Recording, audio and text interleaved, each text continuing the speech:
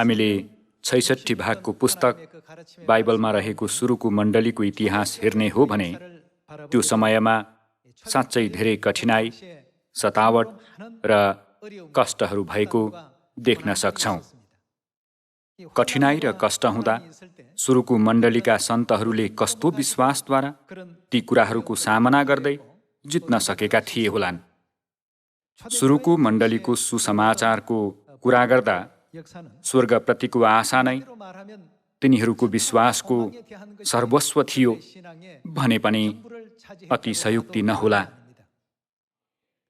हिजो आज हाम्रो वरिपरिका थुप्रै मण्डलीहरू पतन हुनुको कारण चाहिँ तिनीहरू प्राय स्वर्गको आशा लिनुभन्दा यस पृथ्वीमा नै राम्रो खाने, राम्रो लाउने जस्तो भौतिक कुराहरूको पछि लागिरहेकाले गर्दा हो। यस पृथ्वीमा कसरी अझ आरामदायी र शानदार जीवन जिउने होला?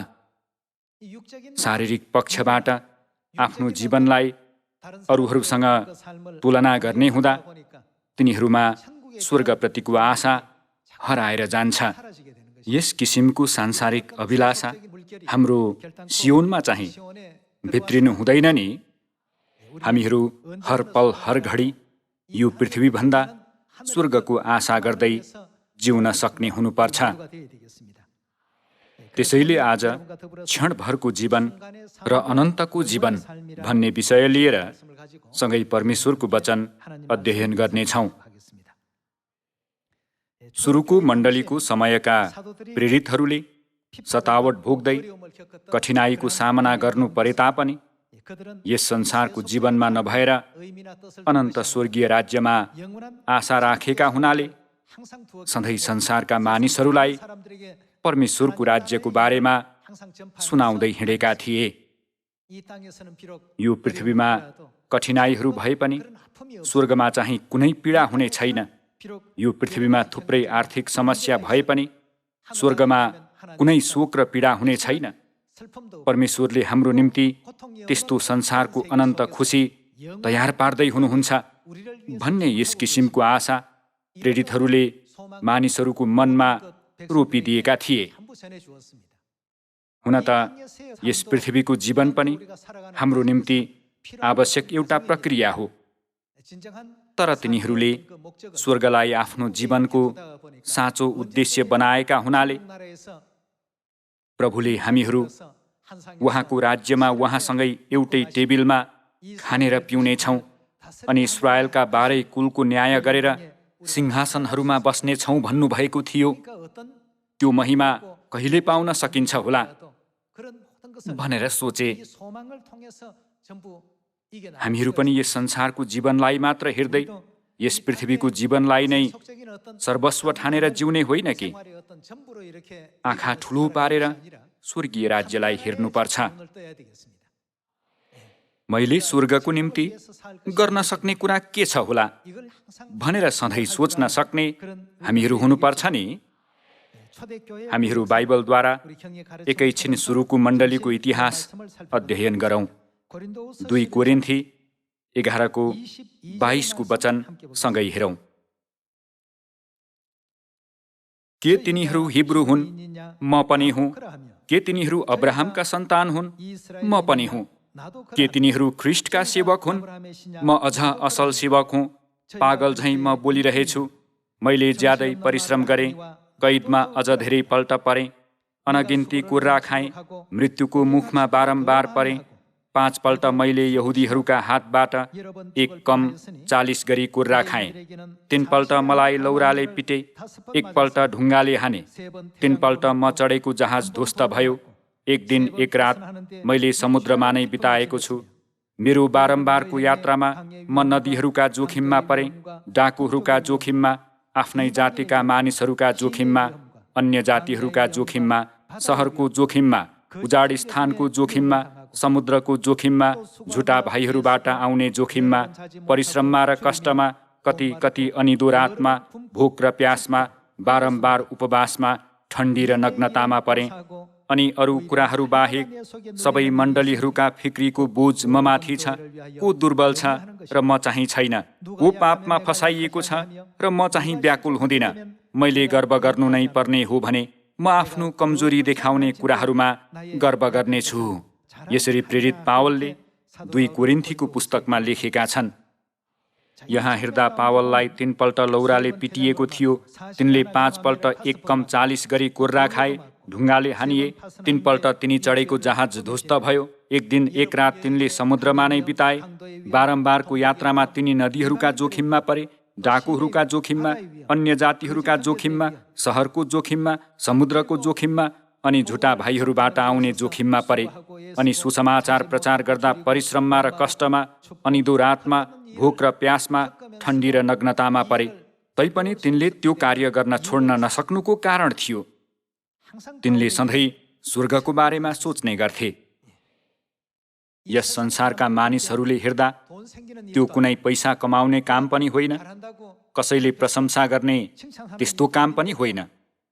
तर तिनले स्वेच्छाका साथ सुसमाचार गर्न सक्नुको कारण चाहिँ परमेश्वरले तिनलाई देखाइदिनु भएको तेस्रो स्वर्गको महिमालाई बिर्सन नसकेकोले हो। तिनले अनन्त स्वर्गीय संसार अस्तित्वमा रहेको कुरा पूर्ण रूपमा विश्वास गरेका हुनाले यस पृथ्वीको सांसारिक अभिलाषा अथवा सांसारिक कुराहरूले तिनको मन र विश्वासलाई कति पनि डगमगाउन सकेन। हामीले पनि स्वर्गमा अझ बढी आशा राख्नुपर्छ। हाम्रो विश्वास कसैलाई देखाउनको निम्ति होइन कि हाम्रै मुक्तिको निम्ति हो। हाम्रो विश्वास हेर्नुहुँदा के परमेश्वर खुसी हुनुहुन्छ होला? स्वर्गका स्वर्गदूतहरूले हेर्दा हामीहरू लज्जित हुनु नपर्ने धार्मिक जीवन जिरहेका छौँ होला भनेर हामीले सोच्नुपर्छ। यस संसारको मात्र अभिलाषा लिएर जिउने मानिसहरूलाई प्रेरित पावल जस्तै जिउनु भनियो भने त्यसो गर्ने कोही पनि हुँदैन, त्यसो गर्नै सक्दैन। त्यसैले डेमासले पनि कसो गरेका थिए त? तिनी पावलका सहकर्मी थिए। तिनी सुसमाचार प्रचार गर्न पावलसँगै हिँड्ने गर्थे।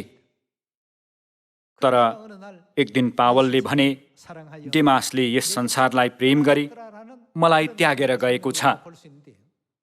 डेमासमा सांसारिक अभिलाषा भन्दा स्वर्गको आशा कम थियो। पावलमा चाहिँ सांसारिक अभिलाषा भन्दा स्वर्गको आशा अझ धेरै थियो। कसो गरेमा स्वर्ग गएर अझ आशिष पाउन सकिन्छ होला? कसो गरेमा परमेश्वरको महिमा अझ गर्न सकिन्छ होला भन्दै सधैँ स्वर्गको चाह गर्ने भएकाले यस पृथ्वीमा तिनले मानिसहरूबाट तिरस्कार पनि पाउँथे। अनि त्यस्तो प्रक्रिया बीच गुज्रिँदा कहिले कहीँ तिनले राम्ररी खान पाउँदैनथे, राम्ररी लगाउन पाउँदैनथे, अनि कहिले चाहिँ ठण्डी, नग्नता र भोकसँग सङ्घर्ष गर्नु पर्थ्यो। त्यसरी सुसमाचारको निम्ति अरू कसैले भन्दा धेरै परिश्रम गरे तापनि तिनले त्यसमा घमण्ड गरेनन्, त्यसलाई स्वाभाविक कुरा ठाने। हामीले सुरुको मण्डलीको इतिहासलाई हेर्दा स्वर्गको आशा धेरै लिएका मानिसहरू र सांसारिक अभिलाषा धेरै लिएका मानिसहरू गरी दुईवटा समूह रहेको कुरा जान्न सक्छौं। यहुदा इस्करियोतको सम्बन्धमा पनि उस्तै हो। ख्रिस्ट सम्बन्धी थुप्रै अगमबाडीका वचनहरू सुनेकोले उसलाई थाहा थियो। येशूज्यूले गर्नुभएको कार्यलाई हेर्दा उहाँले जौका 5 रोटी र 2 माछाद्वारा 5000 जनालाई खुवाउनु भएर 12 डाला भरिने गराउनुभयो। उहाँले त्यस्ता थुप्रै आश्चर्यका कामहरू गर्नुभयो। त्यसैले सुरुमा उसले येशूज्यू नै यहुदीहरूलाई रोमीहरूको अत्याचारबाट मुक्त गराउनुहुने मसीह उद्धारक हुनुहुँदो रहेछ भन्ने सोच्दै उहाँलाई पछ्यायो। तर येशूज्यूले ठाउँ ठाउँमा जानु भएर गर्नुभएको कार्य नै परमेश्वरको राज्यको सुसमाचार प्रचार थियो। यहुदा इस्करियोतले सोचेको जस्तो कार्य उहाँले गर्नु भएन। यहुदा इस्करियोतले सांसारिक परिप्रेक्ष्यबाट मसीहलाई पर्खेको थियो, तर येशूज्यू चाहिँ मानव जातिको आत्मिक आँखा खोलिदिन अनि आत्मिक संसारको आशा लिन सक्ने गराउन यस संसारमा आउनु भएर सुसमाचार प्रचार गर्नुभयो। येशूज्यूको पछि लागि हिँड्दा उसले सोचे अनुरूप येशूज्यूले रोमीहरूलाई धपाउने कार्य नै गर्नु भएन। प्रधान पुजारीहरू र फरिसीहरू उठेर उहाँको बारेमा नराम्रो बोल्दा येशूज्यू नै मसीह परमेश्वरको पुत्र हुनुहुन्छ भने कुनै शक्ति देखाएर तिनीहरूलाई दण्ड दिनुपर्ने, एकै वचनमा सबै कुरा ठिक पार्ने त्यस्तो अलौकिक शक्ति देखाउनु पर्ने भनेर यहुदाले सोचेको थियो। तर येशूज्यूले त्यस्तो केही पनि गर्नु भएन। ख्रीष्टले केवल संसारका मानिसहरूले स्वर्ग राज्यलाई देख्न सकुन् भने सारा तनमनले तिनीहरूको आँखा खोलिदिँदै हुनुहुन्थ्यो। यहुदा इस्करियोतको विश्वास पनि लामो समयसम्म टिकेन। त्यसैले उसले चाँदीका 30 सिक्कामा येशूज्यूलाई बेचिदियो। सुरुको मण्डलीको समयमा सांसारिक आशा लिएर जिउने मानिसहरू र अनन्त स्वर्गको आशा लिएर जिउने मानिसहरू थिए। तिनीहरूको जीवन पूर्ण रूपमा भिन्न थियो। यसकारण पावल जस्ता मानिसले चाहिँ खानेकुरा लाउने कुरा प्रशस्त नभए पनि, आफूलाई नीचो दास जस्तै व्यवहार गरिए पनि ती कुरालाई खुसीसाथ स्वीकारेका थिए। केलाई हेरेकोले हो त? स्वर्गलाई। यस्ता कुराहरू सबै स्वर्गमा इनामको रूपमा थुप्रिरहेको छ भन्ने कुरा पूर्ण विश्वास गरेकोले हो नि। तर यहुदा इस्करियोत अथवा डेमास जस्ता मानिसहरूले चाहिँ त्यसो गरेनन्। तिनीहरूले संसारलाई अझ प्रेम गरे। तिनीहरूको मन यस पृथ्वीको क्षणिक र दृश्य जीवनमा फस्यो। सुरुको मण्डलीको इतिहासद्वारा परमेश्वरले हामीलाई यो सत्यताभित्र आए पनि मुक्ति पाउनेहरू र मुक्ति पाउन नसक्नेहरू गरेर यसरी दुई समूहमा विभाजन हुने कुरा देखाइरहनु भएको छ। सुरुको मण्डलीका अधिकांश सन्तहरू कहिलेकहीँ रोमीहरूको रङ्गशालामा सिंहको आहारा हुन्थे, कहिले मानव मैनबत्ती भन्दै खामोमा झुन्ड्याइएर पुरै शरीरमा तेल लगाइएर जलाइन्थे। त्यस्तो दर्दनाक अवस्थाको बावजुद तिनीहरू सबैले मृत्यु भोग्ने क्षणमा पनि स्वर्गको आशा गर्दै भजन गाएका थिए। कोभाडिस भन्ने चलचित्र हेर्ने हो भने नेरोले आतंक मचाउँदै ख्रिस्टियानहरूलाई रङ्गशालामा हालेर सिंहको आहारा हुने गराएको दृश्य देख्न सकिन्छ। यस संसारको निम्ति मात्र जिएका मानिसहरूको निम्ति त्यो क्षण एकदमै भयानक थियो। तर सन्तहरू चाहिँ केवल स्वर्गको आशा गर्दै जिएका हुनाले सबैले हाँसी हाँसी खुसी साथ त्यो सङ्कष्टलाई स्वीकारेका थिए। सबैले एकसाथ स्वर्गको आशा गर्दै भजन गाएका थिए। त्यसैले सम्राट नेरोले ती ख्रिस्टियानहरूलाई भजन गाउनबाट रोका भनेका थिए। तर त्यो तिनले कदापि रोक्न सक्ने कुरा थिएन। यदि तिनीहरू यस पृथ्वीका भएका भए तिनले रोक्न सक्थे। तर तिनीहरूको मन स्वर्गको भएकोले कुनै कुराले पनि रोक्न सकेन। साधारण मानिस हो भने त्यस्तो डरलाग्दो अवस्थामा थरथर काँप्दै सतावटबाट उम्कन म येशूलाई विश्वास गर्ने छुइनँ भन्दै आफ्नो जीवनको भीख माग्थ्यो होला। तर सन्तहरूले त्यस्तो सङ्कष्ट र सतावटलाई खुसी साथ स्वीकारे। तिनीहरूले कस्तो भजन गाएका थिए भन्ने बाइबलमा नभएकोले जान्न त सकिँदैन। तर हामीले वर्तमानमा गाउने भजन जस्तै स्वर्ग जाने चम्किलो बाटो भन्ने यस्तो स्वर्गको आशा सम्बन्धी भजनहरू गाएका थिए होलान्। तिनीहरू सबैले सँगै गाएका थिए। सिंहले एउटा हात र खुट्टा लुछेर लग्दाको त्यो पीडामा पनि तिनीहरूले तात्कालीन पीडालाई वास्ता गरेनन्। अब यसपछि हामीहरू अनन्त स्वर्गीय राज्यमा जिउनेछौँ। प्रभुसँग एउटै टेबिलमा खाँदै इस्राएलका 12 कुलहरूको न्याय गर्नेछौँ।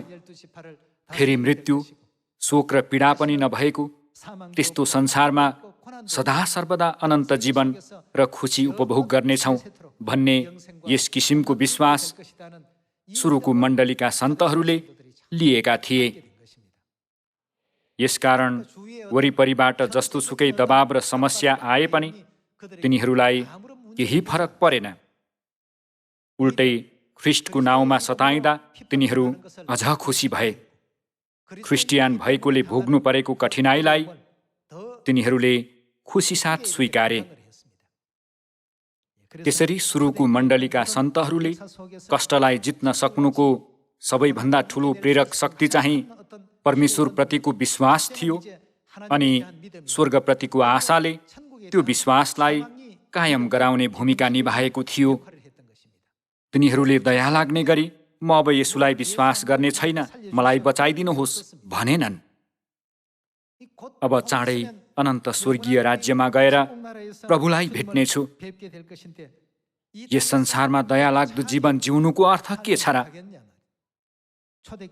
सुरुको मण्डलीका सन्तहरूको त्यस बेलाको जीवन चाहिँ केवल स्वर्गप्रतिको आशाले भरिएको थियो। वर्तमानका हामीहरू ख्रिस्टको अन्तिम आगमनको प्रतीक्षा गर्ने पवित्र आत्माको युगमा जिरहेका छौँ। सुरुको मण्डलीका सन्तहरूले विश्वासलाई जोगाउन गरेका कार्यहरू बाइबलमा हाम्रो निम्ति छाया र उदाहरणको रूपमा राखिएको हो नि, होइन र? तिनीहरू चाहिँ क्षणिक जीवनलाई नभएर अनन्तको जीवनलाई रोजेका मानिसहरू थिए। हामीहरू चाहिँ यस पृथ्वीमा एकैछिन रहेर हराइजाने क्षणिक जीवन चाहन्छौँ कि सदा सर्वदा अस्तित्वमा रहने स्वर्गीय जीवन चाहन्छौँ भन्ने सोच्नुपर्छ अनि आफ्नो जीवनको व्यवहार र मनस्थितिलाई प्रष्ट पार्न आवश्यक छ। यदि हामी स्वर्गको निम्ति जिउन चाहन्छौँ भने स्वर्गको निम्ति जिउने मानिस जस्तै भएर स्वर्गको निम्ति कार्य गर्नुपर्छ, स्वर्गको निम्ति सोच्ने हुनुपर्छ। हामीले स्वर्गमा आशिष थुपार्न प्रयत्न गर्ने जीवन जिउनुपर्छ। यदि हामीहरू आधा पृथ्वीको जीवन जिउने र आधा चाहिँ स्वर्गको निम्ति जिउने अनि न चिसो न तातो त्यस्तो मनतातो विश्वास लिन्छौँ भने प्रकाशको पुस्तकमा के भनिएको छ त? परमेश्वरले मेरो मुखबाट उकेलिदिनेछु भन्नुभएको छ। परमेश्वरले त्यस्तो विश्वास चाहनुहुन्न। त्यसैले सुरुको मण्डलीका सबै सियोनका परिवारहरू यस पृथ्वीमा क्षणिक होइन कि अनन्तताको निम्ति जिएका थिए भन्ने कुरा हामी 2 कोरिन्थी अध्याय 4 मा गएर लगातार अध्ययन गरौँ। 2 कोरिन्थी 4 को 16 मा हेरौँ। यसकारण हामी हरेस खाँदैनौँ। हाम्रो बाह्य मनुष्यत्व नाश हुँदै गए तापनि हाम्रो आत्मिक मनुष्यत्व चाहिँ दिनदिनै नयाँ हुँदै जान्छ, किनकि हाम्रो हलुको र क्षणभरको कष्टले हाम्रा निम्ति अतुलनीय तथा अनन्तको महान महिमा तयार गरिरहेछ। हामी दृश्य कुरालाई होइन तर अदृश्य कुरालाई हेर्छौँ। यो दृश्य संसार चाहिँ क्षणिक संसार हो। यो चाहिँ हाम्रो शरीरले महसुस गर्न, देख्न र सुन्न सक्ने तेस्रो आयामिक संसार हो। तर अदृश्य संसार चाहिँ चौथो अथवा 5औं आयामिक संसार हो। 18 को वचन फेरि हेर्ने हो भने हामी दृश्य कुरालाई होइन तर अदृश्य कुरालाई हेर्छौँ, किनभने दृश्य कुरा क्षणिक हुन्छन् तर अदृश्य कुरा चाहिँ के भनिएको छ त? अनन्तसम्म रहन्छन् भनिएको छ। दाजुभाइ तथा दिदीबहिनीहरू, बाइबल परमेश्वरको वचन होइन र? सबै वचनहरू सत्य र तथ्य हुन्। बाइबलले सत्य कुरा सिकाउँछ भन्ने दृढ विश्वास भएपछि हामीले क्षणिक कुराको निम्ति अनन्तको कुरालाई त्याग्नु बुद्धिमत्ता होला त भनेर एकपटक सोचिहेर्न आवश्यक छ नि, होइन र? सुरुको मण्डलीका सन्तहरूले क्षणिक कुरालाई त्यागेर अनन्ततालाई रोजेका थिए। सम्राट नेरोले पनि आफ्नो अधिकार र शक्तिद्वारा ख्रिस्टियानहरूलाई दबाब दियो भने तिनीहरू झुक्नेछन् भन्ने सोचेका थिए। तर तिनले सोचेको भन्दा बिल्कुलै फरक ढङ्गमा तिनीहरूले अनन्त स्वर्गीय आशिष अझ थुपार्ने अनुग्रहात्मक विश्वासको कार्य गरे। तिनको नजरमा तिनीहरू पागल झैँ देखिए। तिनले सोचे, यी मानिसहरू साँच्चै पागल हुन्। कसरी मृत्युको अगाडि त्यति ढुक्क हुन सकेका होलान्? सामान्य मानिसहरू भएको भए मृत्यु आफ्नो अगाडि हुँदा बचाइदिनुहोस् भन्दै, गुहार्दै, रोइ कराई गर्दै आफ्नो विश्वासलाई त्याग्ने थिए। तर ख्रिस्टियानहरूले एकदम खुसी साथ शहीद हुने त्यो क्षणलाई स्वागत गरे। किन होला त? अब प्रभुलाई भेट्ने समय नजिक छ भन्ने विश्वास लिएकाले गर्दा हो। तिनीहरूले क्षणिक कुरालाई छोडेर अनन्ततालाई रोजेका हुन् नि, होइन र?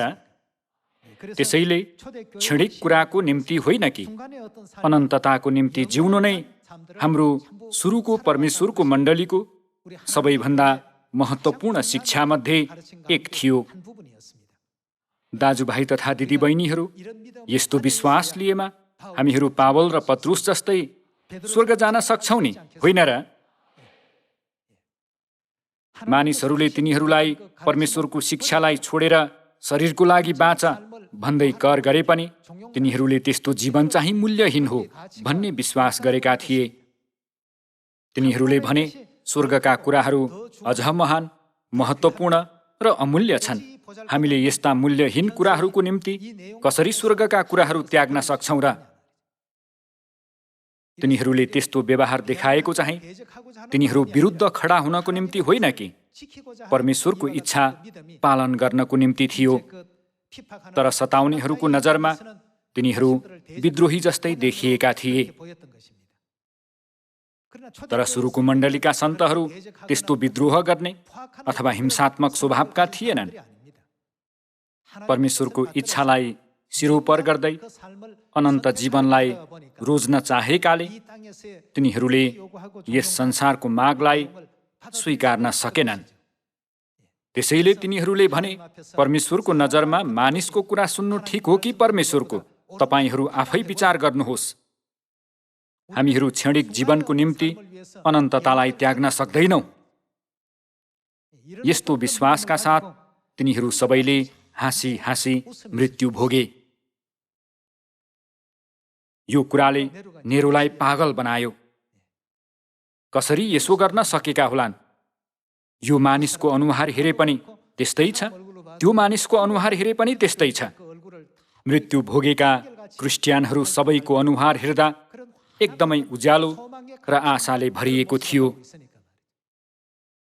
परमेश्वरलाई विश्वास गर्ने हामीहरू स्वर्गप्रतिको आशा नभएर यदि पृथ्वीको जीवनमै मरिमेट्ने गर्छौँ भने हाम्रो विश्वासलाई फेरि एकपटक फर्केर हेर्नुपर्छ जस्तो लाग्छ। सुरुको मण्डलीको समयका सबै सन्तहरूले दरिलो विश्वास लिएर त्यस्तो सङ्कष्टको समय, मुटु नै छेड्ने त्यस्तो कष्टको समयलाई पनि जित्न सकेका हुनाले सबैभन्दा रहरलाग्दो विश्वास लिएको र स्वर्गको आशा सबैभन्दा प्रगाढ भएको त्यस्तो युग थियो भन्न सकिन्छ। रोमी 8:13 वचनसँगै हेर्नेछौँ। किनकि पापमय स्वभाव अनुसार जिउँछौ भने तिमीहरू मर्छौ, तर यदि पवित्र आत्माद्वारा शरीरका कार्यहरू तिमीहरूले निर्मूल पार्यौ भने तिमीहरू जिउनेछौ। किनभने सबै जो परमेश्वरका आत्माले डुराइएका हुन्छन् तिनीहरू नै परमेश्वरका सन्तान हुन्। किनभने फेरि डरमा पर्नलाई दासत्वको आत्मा तिमीहरूले पाएका छैनौ, तर तिमीहरूले धर्मपुत्र हुने आत्मा पाएका छौ। यसैले जब हामी परमेश्वरलाई अब्बा पिता भनी पुकार्छौँ, त्यो चाहिँ हामी परमेश्वरका सन्तान हौँ भने पवित्र आत्माले हाम्रो आत्मासँग गवाही दिनु भएको हो। र सन्तान हौँ भने त उत्तराधिकारी पनि हौँ, परमेश्वरका उत्तराधिकारी र ख्रिस्टसँग साझे उत्तराधिकारी। उहाँसँग दुःख भोग्छौँ भने त हामी उहाँसँगै महिमित पनि हुनेछौँ। म विचार गर्दछु कि हामीमा जुन महिमा प्रकट गरिनेछ त्यससँग वर्तमान समयका कष्टहरू के भनिएको छ? तुलना गर्न योग्य छैनन्। तुलना गर्न योग्य छैनन् भनिएको छ। तुलना गर्न मिल्ने कुरा नै होइन। यतिसम्म परमेश्वरले हाम्रो निम्ति तयार पार्नु भएको महिमा कति महान र सुन्दर छ, तर त्यो कुरालाई महसुस गर्न नसकी मण्डलीमा आए पनि स्वर्गप्रतिको आशा कति पनि नलिइकन जिउने गर्नु हुँदैन। हाम्रो सियोनमा पादरी कर्मचारीहरू अनि पद तथा जिम्मेवार प्राप्त व्यक्तिहरूले सन्तहरूलाई स्वर्गमा डोर्याउने भूमिका निर्वाह गर्नुपर्छ। सांसारिक आनन्द र मोज मज्जामा फसेर परमेश्वरको राज्यलाई घरिघरि बिर्सिरहेका मानिसहरूलाई बिउझाउने कार्य नै पद र जिम्मेवार प्राप्त व्यक्तिहरू अनि पहिला बोलावट पाएका सबैले पूरा गर्नुपर्ने मिसन हो। 2 स्त्रीहरू जाँतो पिँधिरहेका हुनेछन्, एउटी लगिनेछ अर्की छोडिनेछ भनिएको छ। लगिने मानिस र छोडिने मानिस हुनुको कारण के हो त? आशाको उद्देश्य नै फरक भएकोले हो। एकजनाले स्वर्गको अनन्त जीवनलाई नै आफ्नो विश्वासको उद्देश्य बनाएको थियो, अर्कोले चाहिँ यसो हेर्दा सत्यता पनि ठिकै छ अनि परमेश्वरले आशिष दिनुहुन्छ जस्तो लाग्छ। यस पृथ्वीको आनन्द पनि 70-80% भोग गर्दै सबात दिनमा मण्डलीमा 1-2 चोटि आए भइहाल्छ नि भन्ने सोच्दै मनतातो विश्वास लिएको थियो। यो पृथ्वीमा टापुमा बसे पनि कोरियामा बसे पनि बस्ने ठाउँ समस्या होइन। हामीहरू किन यो पृथ्वीमा आएका हौं भन्ने कुरा पहिला बुझ्नुपर्छ नि, होइन र? हामीहरू स्वर्गमा पाप गरेर पृथ्वीमा धपाइएका मानिसहरू हौं। उच्च पदस्थ अधिकृत भए पनि, अरूको घरको नोकर भए पनि केही फरक पर्दैन। हाम्रो आत्मा स्वर्गमा पाप गरेर यो पृथ्वीमा आएको हुनाले यो पृथ्वीमा परमेश्वरले दिनुहुने पाप क्षमाको अनुग्रह धारण गरेर हामीहरू स्वर्ग जान सक्ने भएका छौं। यसकारण हामीले आफू निस्केर आएको घरमा फर्कने तयारी गर्नुपर्छ नि, होइन र? हामीले स्वर्गलाई आफ्नो गन्तव्य स्थल बनाउनु पर्ने, तर त्यसो गर्न नसकी उजाड स्थानमा 40 वर्ष बिताएका इस्राएलीहरू जस्तै भयौं भने के हुन्छ होला? मिस्रबाट निस्केका इस्राएलीहरूको गन्तव्य स्थल नै कनान थियो, तर त्यहाँ जान कठिन भएकोले हामीहरू यही पाल टाँगेर बस्दा हुँदैन, कनानसम्मै जानुपर्छ र भन्ने धेरै मानिसहरू देखा परे। तिनीहरूको अन्तिम परिणाम के भयो त?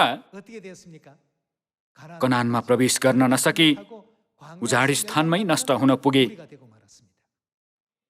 दाजुभाइ तथा दिदीबहिनीहरू, परमेश्वरले यस्तो इतिहास छायाको रूपमा देखाइदिनु भएको छ नि, स्वर्गको आशा नगुमाउनुहोस्।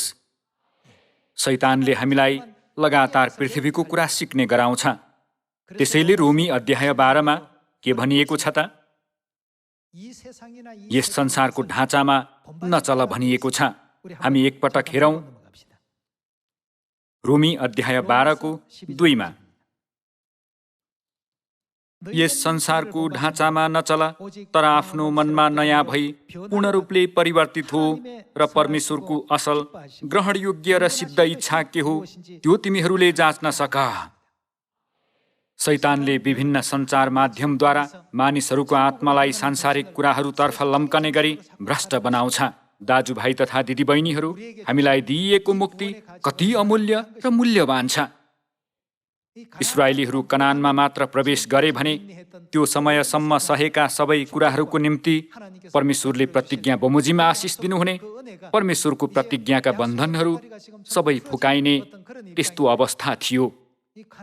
तर जाने बाटोमा अधीर बनेर तिनीहरूले भने, यो पट्टाइ लाग्दो छ, गाह्रो छ, कनानसम्म नगइकन यहीँ बसौं, यहीँ बस्दा कस्तो छ? परमेश्वरले तोकिदिनु भएको त्यो ठाउँसम्म पुग्दा त्यहाँ अनगिन्ती आशिषहरू तयार पारिएको हुन्छ। तर त्यहाँ इस्राएलीहरूलाई गलत बाटोमा जान भड्काउने मानिसहरू थिए। अन्त्यमा भड्काउनेहरू नष्ट भए र भड्किनेहरू पनि तिनीहरूसँगै नष्ट भए। आत्मिक संसारमा शैतानले स्वर्ग जाने हाम्रो बाटोलाई यसरी रोक्ने कुरा परमेश्वरले इस्राएलीहरूको उजाड स्थानको 40 वर्षको इतिहासद्वारा छायाको रूपमा देखाइदिनु भएको होइन र? यस पृथ्वीको क्षणिक जीवनलाई मात्र नहेरी अनन्त जीवनलाई हेर्ने, त्यस्तो आत्मिक आँखा लिन सक्ने सियोनका सबै परिवारहरू हुऔं। हामी 1 यूहन्ना अध्याय 2 हेरौं। संसारलाई वा संसारमा भएका कुनै पनि थोकलाई प्रेम नगर। यदि कुनै मानिसले संसारलाई प्रेम गर्दछ भने पिताको प्रेम त्यसमा हुँदैन, किनकि संसारमा भएका सबै थोक अर्थात् शरीरको अभिलाषा, आँखाको अभिलाषा, जीवनको सेखी पिताबाट आएका होइनन्, तर संसारबाट आएका हुन्। संसार बितिजान्छ र त्यसको अभिलाषा पनि बितिजान्छ, तर परमेश्वरको इच्छा पूरा गर्ने चाहिँ सधैँको निम्ति रहन्छ भनिएको छ। यो संसार र यसका सबै अभिलाषाहरू पनि समयसँगै बितिजान्छ, तर परमेश्वरको इच्छा पूरा गर्ने चाहिँ सधैँको निम्ति रहन्छ। परमेश्वरले तिनीहरूको निम्ति सदा सर्वदा बास गर्ने ठाउँ तयार पार्दै हुनुहुन्छ। येशूज्यूले मेरो पिताको घरमा बस्ने ठाउँहरू धेरै छन् भन्नुभएको छ नि, होइन र? अनि तिमीहरू मेरो टेबिलमा मसँगै खानेर पिउनेछौ अनि इस्राएलका 12 कुलहरूको न्याय गर्नेछौ भनेर प्रतिज्ञा गर्नुभएको छैन र? फेरि चाहिँ पीडा, मृत्यु, दुःख, शोक पनि नहुने महिमित संसार तिमीहरूलाई दिनेछु र तिमीहरूले त्यहाँ सदा सर्वदा राज्य गर्नेछौ भनेर प्रतिज्ञा गर्नुभएको छ नि, होइन र? हामीहरू उक्त प्रतिज्ञालाई विश्वास गर्दै त्यसलाई आफ्नो लक्ष्य बनाएर दौडिनुपर्छ। हामीले 100% समयमध्ये 5% अथवा 10% जति चाहिँ आत्मिक कुराहरू गरेर बाँकी 90% चाहिँ सांसारिक कुराहरू गर्दै बिताउनु हुँदैन। हामीहरूको वास्तविक स्वरूप अहिले यो पृथ्वीमा देखिने यस्तो स्वरूप होइन नि, स्वर्गका स्वर्गदूतहरूको स्वरूप हो। त्यो स्वरूप पुनः प्राप्त गर्नुपर्छ। पुनः प्राप्त गर्ने त्यो दिनमा हामीले पहिला गुमाएको अनन्त जीवनको मुकुट पनि प्राप्त गर्नेछौँ। स्वर्गीय राज्यमा परमेश्वरका छोराछोरीको रूपमा पहिलेको स्थान पनि पुनः प्राप्त गर्नेछौँ नि, होइन र? परमेश्वरले हामीलाई यस्तो महिमा दिनुहुने समय नजिक आइरहेकोले हामीले अन्य सांसारिक कुराहरूमा मन लगाउनु हुँदैन। त्यसैले बाइबलमा यो संसार र यसका सबै गौरव पनि पानीको फोका जस्तै एक दिन हराएर जान्छ, तर परमेश्वरको इच्छा पूरा गर्ने चाहिँ सधैँको निम्ति रहन्छ भनिएको छ। अनन्तको संसार हाम्रो आत्मिक घरलाई नबिर्सिकन अनन्तको जीवनलाई रोज्दै हराएका भाइ बहिनीहरू चाँडै खोजौँ। आत्मिक घरमा फर्केर स्वर्गीय पिता माताको साथमा स्वर्गमा जिउने जीवनलाई 1 कोरिन्थीमा हेर्ने हो भने मनमा पनि नसोचेको भनिएको छ नि, होइन र? त्यो चाहिँ अहिले हाम्रो यो तेस्रो आयामिक संसारको मस्तिष्कले बुझ्नै नसक्ने जीवन हो। त्यस्तो समय आउनेछ। तेजस्वी ज्योतिमा हामीहरू स्वर्गीय पिता मातासँगै आज चाहिँ सप्तर्षि, भोलि चाहिँ मृगशिरा र पर्सि चाहिँ किरकिटीको यात्रा गर्नेछौँ। स्वर्ग चाहिँ समय र क्षेत्रको सीमा नभएको संसार हो। समय र क्षेत्रको सीमा हुनुले हामीहरू आत्मिक झ्यालखानमा छौँ भन्ने बुझाउँछ। झ्यालखानभित्र क्रियाकलापमा प्रतिबन्ध लगाइएको हुन्छ नि। समय र क्षेत्रको प्रतिबन्ध लगाइएको ठाउँ नै हामीहरू जिरहेको यो तेस्रो आयामिक संसार हो। हामीहरू अब जाने अनन्त संसार चाहिँ यस्ता कुराहरू नभएको संसार हो। समयको सीमा नै नहुने भएकोले कहिल्यै बुढो हुँदैन। स्वर्गमा उमेर ढल्किँदैन। स्वर्गमा फेरि चाहिँ मृत्युको कारणले अथवा रोगको कारणले पीडा भोग्नु पर्दैन। अनि हामीले दुःख भोग्ने त्यस्ता सबै परिस्थितिहरूबाट परमेश्वरले हामीलाई मुक्त गराइदिनु हुनेछ। परमेश्वरले प्रत्येक दिन नयाँ खुसी सृष्टि गरिदिनु हुने संसारलाई हेर्दै परिश्रमका साथ कार्य गरेका सुरुको मण्डलीका सन्तहरूको जस्तै विश्वासको मनस्थिति लिएर तिनीहरू हिँडेको सुन्दर बाटो अनुग्रहात्मक रूपमा पछ्याउने हामीहरू हुन सकौँ। यो सुसमाचार सामरिया र पृथ्वीको अन्तिम छेउसम्म प्रचार हुने त्यो दिनलाई हेर्दै स्वर्गमा सदा सर्वदा उपभोग गर्ने विश्राम र शान्तिलाई पहिला सोच्ने त्यस्तो विश्वास सबैले लिन हुन अनुरोध गर्दछु। धन्यवाद।